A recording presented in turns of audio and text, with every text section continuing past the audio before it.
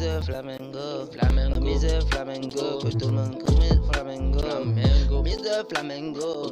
Bonjour tout le monde, ici Michael, Mr. Flamingo si vous préférez, et bienvenue pour cette nouvelle vidéo. Le 24 octobre dernier sortait en avant-première, en Amérique du Nord, le film Venom, la dernière danse. Le film était pas mauvais, mais je dirais pas qu'il était bon non plus. Je l'ai aimé plus que Let There Be Carnage, peut-être un petit peu plus que le premier aussi, mais je pense pas que ça veut dire grand-chose. Parce que, veux pas, c'est une trilogie où ce que l'écriture est relativement manqué sur plusieurs aspects. Ce qui aide pas aussi, c'est le fait que Kelly Marcel, la réalisatrice de ce film, est aussi celle qui est responsable du scénario des 3 films.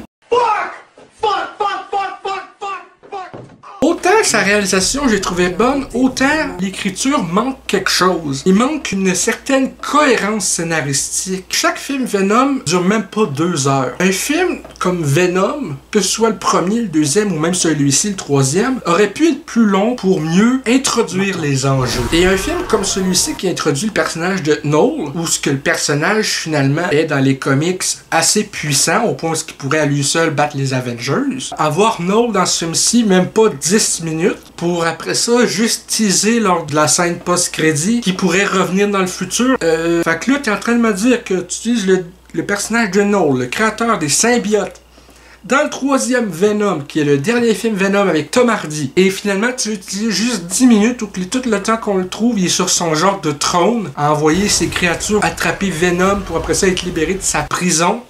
Je me croise les doigts pour que Kraven soit meilleur et aussi qu'il soit possiblement à la fin de l'univers Spider-Man sans Spider-Man, parce que là, il n'y a pas un seul film de cet univers-là qui a des bonnes critiques de façon unanime. Autant ces films-là peuvent être divertissants, il manque pareil, justement, comme je disais au début, la cohérence scénaristique ou une histoire qui valent la peine d'être racontée. À date, ces films-là, on dirait juste que c'est un univers cinématographique lancé pour faire des films sur les méchants de Spider-Man sans Spider-Man en entendant les films Spider-Man qui vont être dans le Marvel Cinematic Universe. Pour un univers cinématographique, on dirait que Sony n'a aucune crise d'idée d'où est-ce qu'ils veulent s'en aller. Autant dans Morbius, il y avait des références à Spider-Man dans la bande-annonce, genre la touroscope de The Amazing Spider-Man 2, mural Spider-Man, beaucoup de scènes dans la bande-annonce avec Adrian Toomes. Puis finalement, ces scènes-là, il y a rien de ces scènes-là dans le film, puisque finalement, Michael Keaton a eu des reshoots pour son personnage pour la scène post-crédit. Ça laisse vraiment croire, sérieusement, qu'il n'y a rien de prévu à l'avance. On dirait qu'ils se disent, oh, on va faire ça, puis on va faire ça, puis finalement,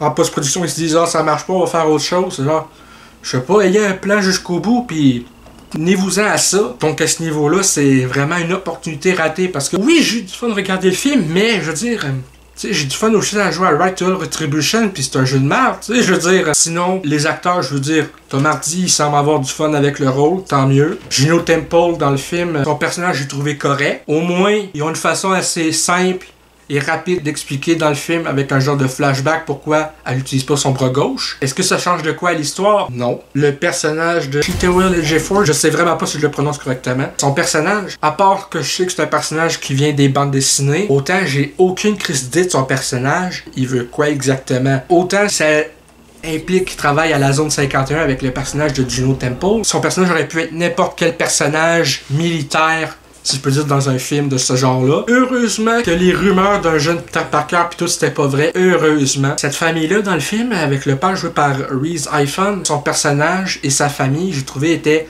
intéressant. Bien écrit, peut-être pas, mais est-ce que son personnage à lui et sa famille font avancer l'histoire du film? Non. Lui et sa famille dans le film veulent juste aller à la zone 51 puis c'est tout. Je veux dire, eux autres, une raison pour amener Eddie à Las Vegas, comme on a pu voir dans la bande-annonce. D'ailleurs, je pense pas que ce soit un spoil, mais Venom dans le film qui se cache pour ne pas être détecté par les créatures de Noel, pour pas qu'il soit détecté parce que lui et Eddie sont un codex pour libérer Noel. J'ai pas vraiment de problème avec cette idée-là parce que je veux dire, ça explique bien globalement pourquoi il veut pas être repéré puis pourquoi il se cache, Venom. Pour après ça, devenir Venom puis danser avec Madame Chen. Ça sert absolument à rien sauf pour faire avancer le film pour qu'il soit détecté par une des créatures. C'est genre, tu sais, oui, la scène est drôle. Venom avec Madame Chen qui danse sur du haba. À part de tout ça, c'est juste un événement déclencheur pour faire avancer le reste du film, finalement. Je trouve ça vraiment quétaine, puisque justement, tu fais avancer le film en ayant un passage où ils sont à Las Vegas, puis là, comme les personnages de Venom restent absents pour être cachés, on dirait que la scénariste, elle savait pas comment faire pour après ça faire, bon, ben là, ils sont à Las Vegas, Venom est caché, qu'est-ce que je peux faire pour finalement amener au 3e acte? Je vais le faire danser avec Madame Chen. Au final, ce film-là, pour moi, c'est au maximum un 6 sur 10. Je veux dire, c'est très divertissant, bien réalisé, bien joué.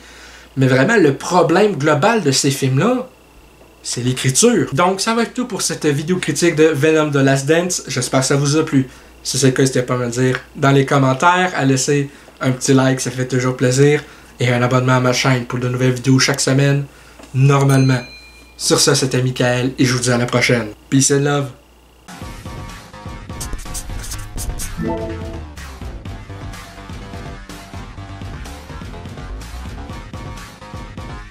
Hey le grand, c'est quoi que t'attends pour t'abonner, sacrément?